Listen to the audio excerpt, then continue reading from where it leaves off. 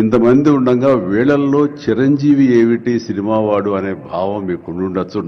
మీకు కదా, నాకే ఉంది అది. కూర్చొని చెప్పలేదు, ఇండస్ట్రీ వైపు చూడకని చెప్పలేదు, ధైర్యం రాదా మీకు? రోజు నేను ఒక చిరంజీవిగా రాలేదు, చిత్ర పరిశ్రమ తరఫున ఒక ఏజెంట్ గా, వాళ్ళ రిప్రజెంటేటివ్ గా నేను ఈ రోజున వచ్చాను, ఇక్కడ ఆహ్వానించబడ్డాను. ఒక ముఖ్యమంత్రి అయితే నీ పని నువ్వు చేసుకో, మా జోలికి రాకు. శ్రీ రేవంత్ రెడ్డి గారికి మనస్ఫూర్తిగా నా హృదయపూర్వక ధన్యవాదాలు తెలియజేస్తున్నాను.